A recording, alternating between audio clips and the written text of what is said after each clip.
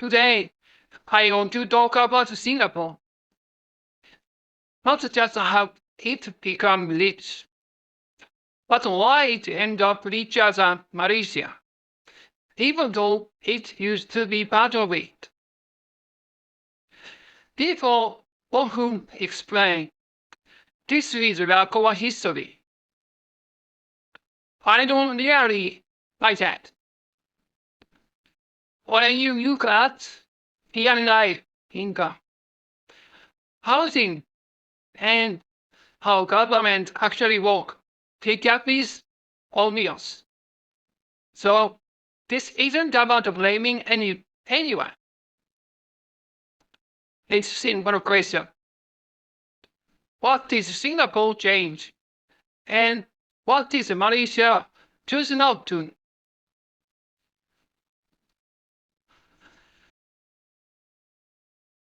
Singapore wasn't supposed to win.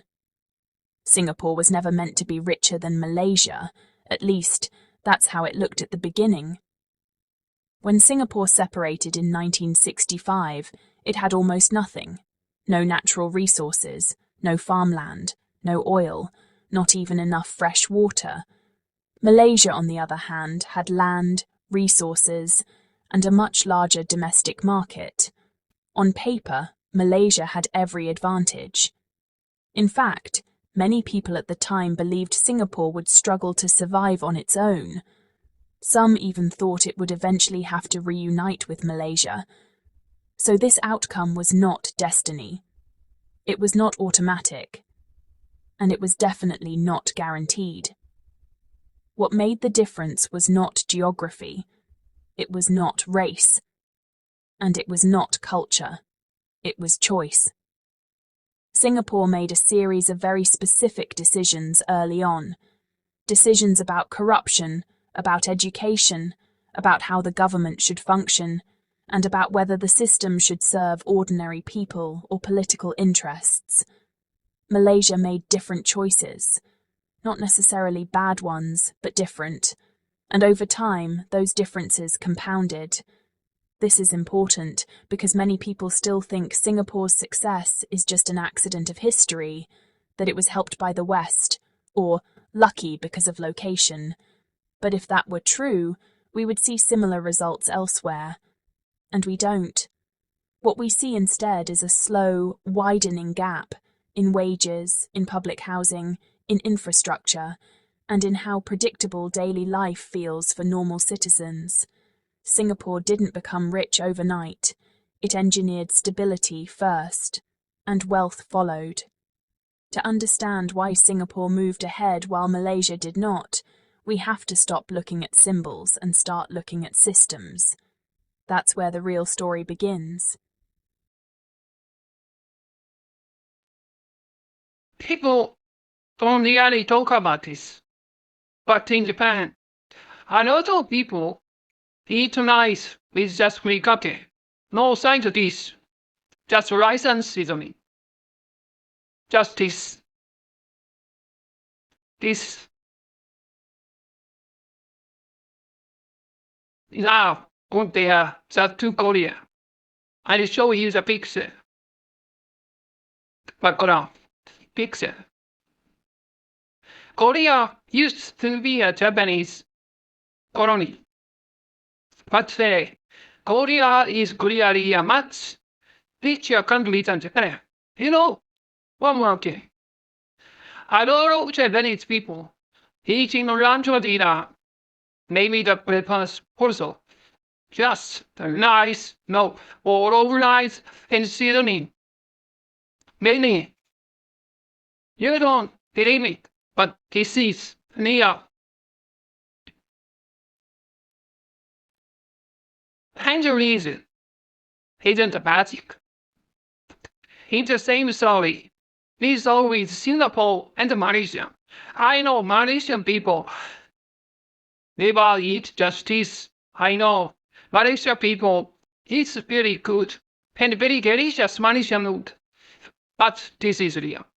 Japan's real life is full of rice.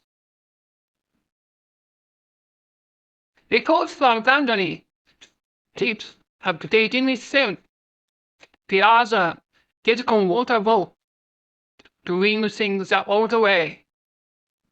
That is the same as Japan and Malaysia.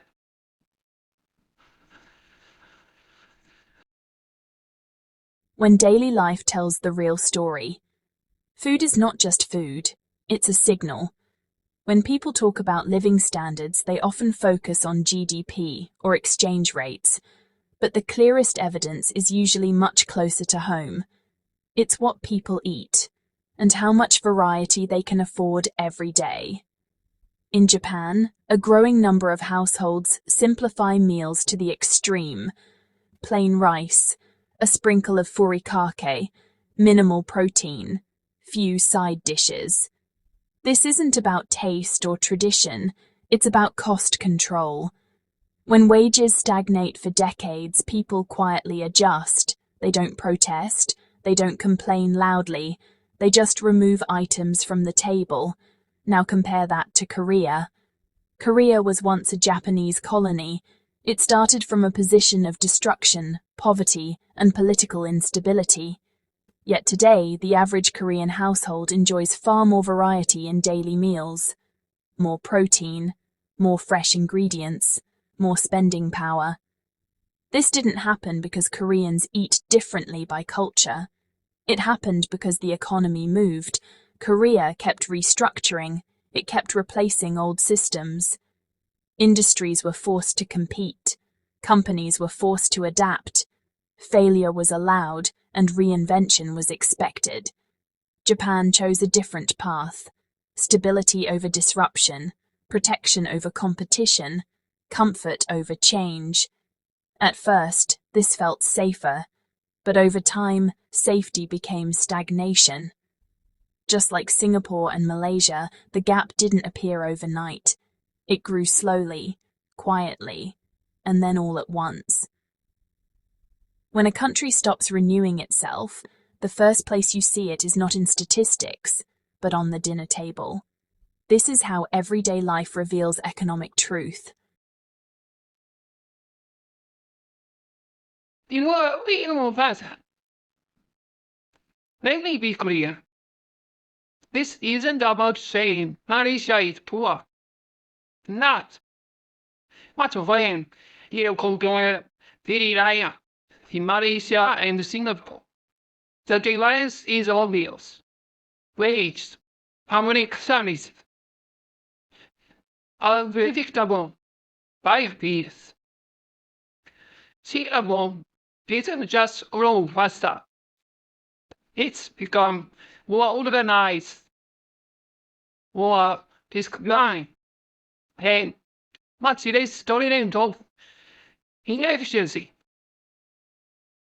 Malaysia kept more flexibility, more room for tradition, more tolerance for things just working somehow. But choice have consequences.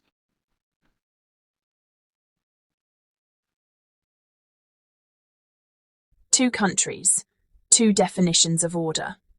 At first glance, Malaysia and Singapore don't look that different. Shared history, similar climate, close geography. But daily life tells a different story. In Singapore, systems come first, rules are clear, enforcement is consistent. If something doesn't work, it gets fixed quickly or removed entirely. This creates predictability. People know what to expect from public transport, healthcare, housing, and administration. Life feels engineered, sometimes rigid, but rarely chaotic. Malaysia operates differently. There is more flexibility, more tolerance for informal solutions, more room for negotiation and exception. For some people, this feels more human. For others, it feels uncertain. Over time, these differences compound. In Singapore, efficiency attracts capital. Capital attracts talent. Talent reinforces productivity. The cycle feeds itself. In Malaysia, growth happens, but unevenly. Strong sectors exist alongside underperforming systems. Progress depends more on who you know and where you are. Neither model is accidental. Both are the result of long-term policy choices. Singapore chose discipline over comfort, central control over improvisation, long-term competitiveness over short-term political ease. Malaysia chose balance, social stability over constant disruption, continuity over aggressive reform. But in a globalized economy, hesitation has a cost. Just like with Japan and Korea, and just like with Singapore and Malaysia's shared past, the country that keeps upgrading its systems eventually pulls away from the one that doesn't. Not loudly, not dramatically, but permanently. This is how the gap becomes structural.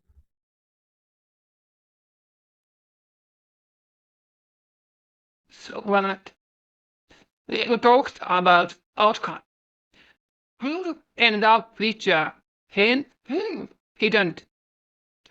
But now, we are at the middle of the road. This is where comparison stops being abstract and starts getting uncomfortable. From now on, it's not just about history or policy. It's about decisions that affect daily life.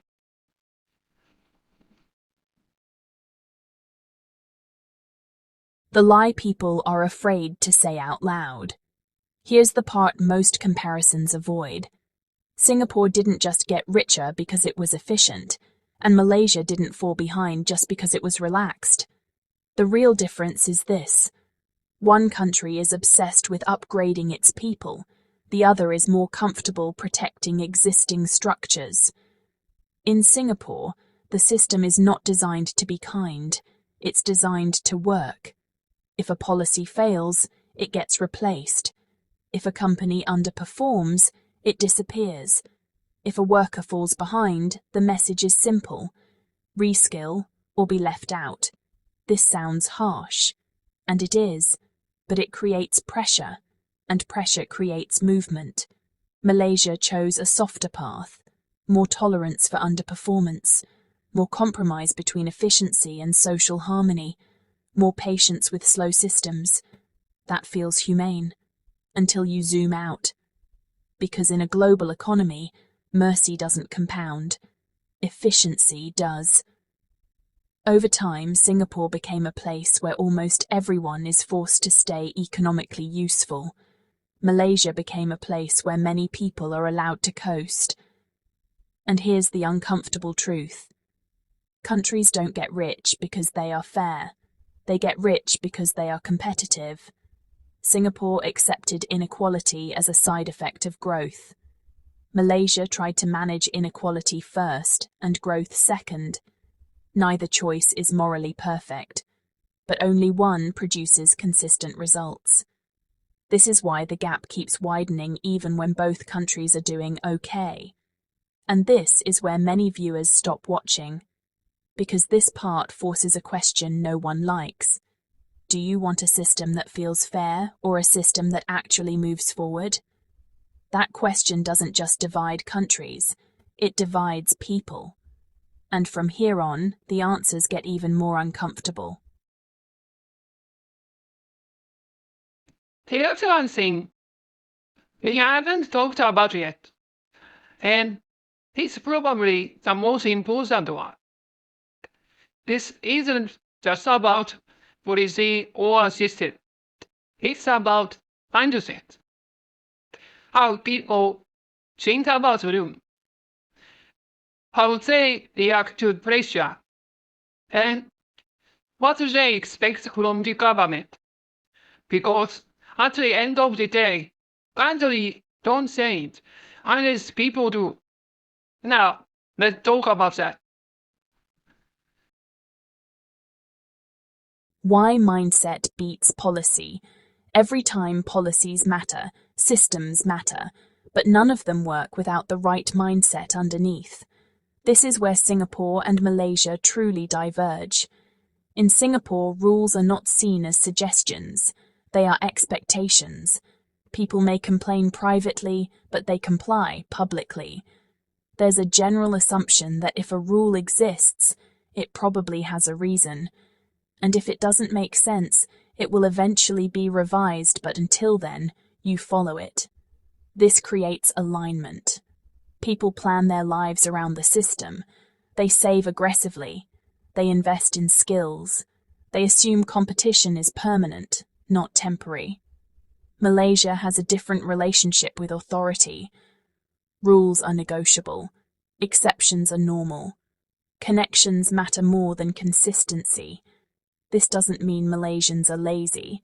It means the system trains people to adapt sideways instead of forward. When pressure increases, Singaporeans tend to internalize it. They ask, "What do I need to upgrade?" When pressure increases in Malaysia, people look outward. Who can help me? Which rule can bend? Over decades, this difference compounds massively. One society becomes optimized for performance. The other becomes optimized for survival. Neither mindset is accidental. Both are learned responses to how the state behaves, and this is why copying Singapore's policies alone never works. You can import laws, you can copy institutions, but you cannot copy expectations overnight. Wealth is not just built by governments, it's built by millions of small decisions, made daily, by people who believe effort will be rewarded. Singapore convinced its people of that. Malaysia never fully did. And once belief breaks, no reform is ever enough. So this isn't really a story about Singapore or Malaysia. It's a story about choices. Not one big decision, but thousands of small ones. Repeat over a decade. Every time a country avoids reform, every time it protects promotes about change, the future gets quietly delayed.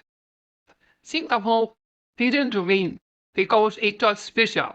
It's won because it kept choosing the harder option.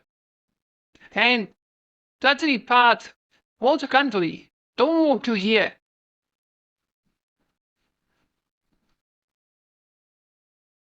The price of choosing comfort. In the end, Singapore did not become rich because it was smarter, kinder, or more talented. It became rich because it was willing to be uncomfortable for a very long time. Unpopular policies were enforced, short-term pain was accepted, and excuses were not rewarded. Malaysia chose a different balance: more tolerance, more flexibility, more patience with imperfect systems. Those choices felt reasonable at the time. They often still do. But history doesn't grade intentions. It grades outcomes. The world rewards countries that move fast, adapt quickly, and pressure their people to stay economically relevant. Countries that hesitate don't collapse. They stagnate, quietly, politely, and permanently. This is why the gap between Singapore and Malaysia isn't closing, even when both are growing, even when both appear stable, because growth without reform just preserves distance. And this is the lesson many countries still refuse to learn. You don't fall behind all at once. You fall behind by choosing comfort, again and again, until catching up becomes mathematically impossible. Singapore understood this early. Malaysia did not. And once time is lost, no amount of pride, history, or explanation can buy it back. That is the real reason one country kept moving forward while the other stayed where it was. Countries don't fall behind because they are unlucky. They fall behind because avoiding hard choices feels safer in the moment. Singapore made the people uncomfortable early. Malaysia stayed comfortable longer. And this is the rest. This isn't about blaming anyone. It's just how system work. If you like this video more, please like and subscribe. It really is That's a little grow. And then me make more content like this. Thank you for watching. And I'll see you in the next video.